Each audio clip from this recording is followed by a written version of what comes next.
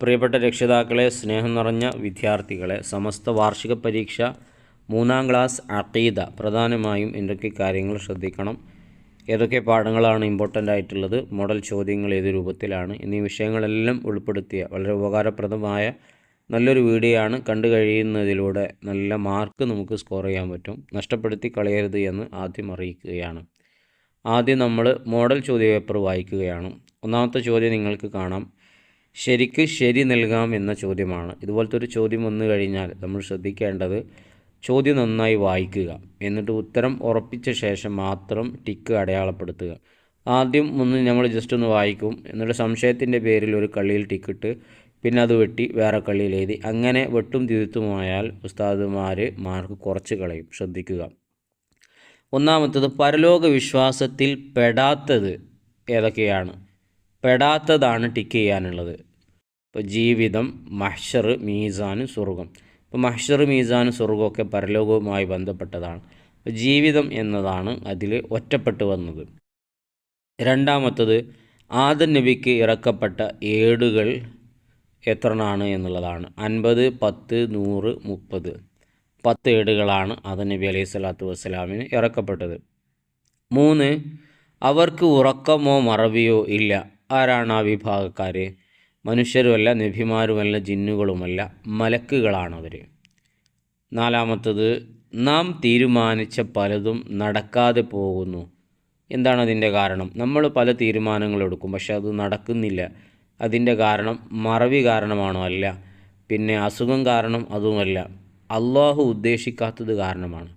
അള്ളാഹു ഉദ്ദേശിച്ചാൽ മാത്രമേ കാര്യങ്ങൾ നടക്കുകയുള്ളൂ.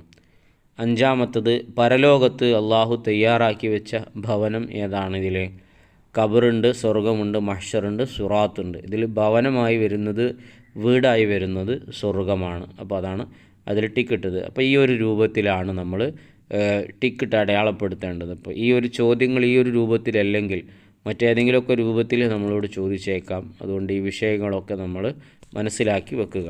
രണ്ടാമത്തത്, പട്ടിക പൂർത്തിയാക്കാം എന്ന ചോദ്യമാണ്. വായിക്കുന്നതിന് മുമ്പ് ഇതുപോലത്തെ നല്ല നല്ല വീഡിയോകൾ നിങ്ങളിലേക്ക് എത്തിക്കുന്നതിൽ നിന്ന് പ്രതീക്ഷിക്കുന്നത് നിങ്ങളെ സബ്സ്ക്രൈബാണ്. ചെയ്യാതെ കാണുന്നവരുണ്ടെങ്കിൽ ഒന്ന് ചെയ്ത് സപ്പോർട്ട് ചെയ്യുക. ഒരു ലൈക്ക് ഇപ്പോൾ തന്നെ കൊടുത്തേക്കുക. മുൻകർ അലൈഹിസ്സലാം, നക്കീർ അലൈഹിസ്സലാം എന്താണ് ഇവരുടെ ജോലി? ഖബറിൽ ചോദ്യം ചെയ്യലാണ് ഇവരുടെ ജോലി. ഇനി റഖീബ് അലൈഹിസ്സലാം, അതീദ് അലൈഹിസ്സലാം എന്താണ് ഇവരുടെ ജോലി? നന്മ തിന്മകൾ എഴുതലാണ് ഇവരുടെ ജോലി. ദാവൂദ് അലൈഹിസ്സലാത്തു വസ്സലാം, സബൂറാണ് അവർക്ക് കിട്ടിയ ഗ്രന്ഥം. അതാണ് അവിടെ എഴുതി കൊടുക്കേണ്ടത്. അത് യൂനാനി ഭാഷയിലാണ്. മൂസാ നബി അലൈഹിസ്സലാത്തു വസ്സലാമിനാണ് തൗറാത്തുള്ളത്. അത് ഇബ്രാനി ഭാഷയിലാണ്. ഈസാ നബി അലൈഹിസ്സലാത്തു വസ്സലാമിന് കിട്ടിയ കിതാബ് ഇഞ്ചീലും, അത് സുരിയാനി ഭാഷയിലുമാണ്. മുഹമ്മദ് നബി സല്ലല്ലാഹു അലൈഹി വസല്ലമ തങ്ങൾക്ക് ഫുർഖാനുൽ അലീം എന്ന ഖുർആൻ കിട്ടി, അറബി ഭാഷയിലുമാണ്. ഇത് വളരെ ഇമ്പോർട്ടൻ്റ് ആയിട്ടുള്ള കാര്യങ്ങളാണ്. പ്രധാനികളായ 10 മലക്കുകളുടെ ജോലികളും അവരുടെ പേരുകളും, പ്രവാചകന്മാർക്ക് കിട്ടിയ കിതാബുകളും അതിൻ്റെ ഭാഷയും അവരുടെ പേരുകളും ഇമ്പോർട്ടൻ്റ് ആണ്. പഠിച്ചു കഴിഞ്ഞാൽ ഉറപ്പായും നിങ്ങൾക്കൊരു 10 മാർക്ക് നമുക്ക് ഉറപ്പിക്കാം. അതുകൊണ്ട് അത് നഷ്ടപ്പെടുത്തി കളയരുത്. പഠിച്ചു എന്ന് ഓരോരുത്തരും ഉറപ്പുവരുത്തുക. ഇനി വായിക്കുന്നത് മൂന്നാമത്തതാണ്. പൂർത്തിയാക്കാം എന്നതാണ്. 5 ചോദ്യങ്ങളുണ്ട്. 1, മഹ്ശറിൽ വെച്ച് ഡാഷ് നടത്തപ്പെടും. എന്താണ്? വിചാരണ നടത്തപ്പെടും. എഴുതുന്നതുകൂടെ ശ്രദ്ധിക്കുക. 2, ചെറുതും വലുതുമായ മുഴുവൻ കാര്യങ്ങളും അവർക്ക് വെളിവാക്കപ്പെടും എന്നതാണ്.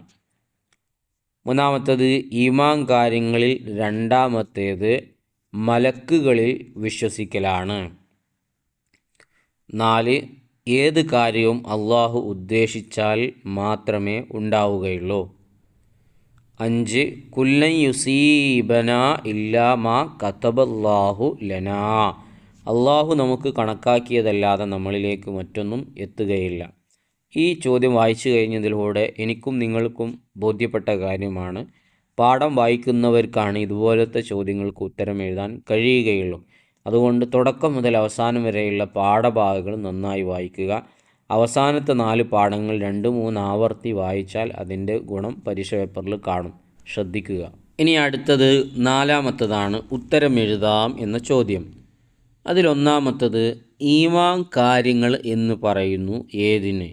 ഈമാൻ കാര്യങ്ങൾ വിശ്വാസപരമായ കാര്യങ്ങൾക്കാണ് ഈമാൻ കാര്യങ്ങൾ എന്ന് പറയുന്നത്. രണ്ടാമത്തത് മലക്കുകൾ ആരാകുന്നു? പ്രകാശം കൊണ്ട് സൃഷ്ടിക്കപ്പെട്ട ഒരു പ്രത്യേക സൃഷ്ടികളാണ് മലക്കുകൾ. മൂന്നാമത്തത് നമ്മുടെ ജീവിത ലക്ഷ്യം എന്താകുന്നു? ഇഹപര വിജയമാണ് നമ്മുടെ ജീവിതത്തിൻ്റെ ലക്ഷ്യം എന്ന് പാഠപുസ്തകത്തിലുണ്ട്, ശ്രദ്ധിക്കുക. നാലാമത്തത് ഖുർആൻ മാർഗനിർദ്ദേശമാണ് ആർക്ക്? ലോകാവസാനം വരെയുള്ള മുഴുവൻ ജനതക്കും ഖുർആൻ മാർഗനിർദ്ദേശമാണ്. അഞ്ചാമത്തത് എന്താണ് മരണം? മരണം എന്നത് നശിക്കലല്ല, ഒരു ജീവിതത്തിൽ നിന്ന് മറ്റൊരു ജീവിതത്തിലേക്ക് മാറലാണ് മരണം എന്ന് പറയുന്നത്. അപ്പോൾ ഇതിൽ വളരെ ഇമ്പോർട്ടൻ്റ് ആയിട്ടുള്ള 5 ചോദ്യങ്ങളുടെ ഉത്തരങ്ങൾ നമ്മൾ വായിച്ചു കഴിഞ്ഞു. ഇതൊക്കെ പാഠത്തിൻ്റെ അവസാനങ്ങളിൽ തെദിരിവാത്തിൽ നമ്മൾ പഠിച്ച ചോദ്യങ്ങളാണ്. എല്ലാ പാഠത്തിൻ്റെയും തെദിരിവാത്തിൽ ഒരുപാട് ഇമ്പോർട്ടൻ്റ് ആയിട്ടുള്ള ചോദ്യങ്ങളുണ്ട്. ആ ചോദ്യങ്ങൾ തന്നെയാണ് പരീക്ഷയ്ക്ക് ഉത്തരം എഴുതാം എന്നുള്ള ശീർഷകത്തിൽ വരാറുള്ളത്. അതുകൊണ്ട് എല്ലാവരും നല്ലോണം ചോദ്യങ്ങളും ഉത്തരങ്ങളും മനസ്സിലാക്കി വെക്കുക, അത് വളരെ പ്രധാനപ്പെട്ടതാണ്. ഇനി അടുത്തത് 5-മത്തത് 4 എഴുതാം എന്ന ചോദ്യമാണ്. അതിൽ ഒന്നാമത്തത് പരലോക വിശ്വാസത്തിൽപ്പെട്ട 4 കാര്യങ്ങൾ എഴുതുക എന്നതാണ്. 5 കാര്യങ്ങൾ വരുന്നുണ്ട്, 4 കാര്യങ്ങൾ സ്ഥലമുള്ളത് കൊണ്ട് അവിടെ എഴുതി കൊടുത്തിട്ടുണ്ട്. നിങ്ങൾക്ക് സൗകര്യമുള്ളത് പഠിച്ചു വെക്കുക.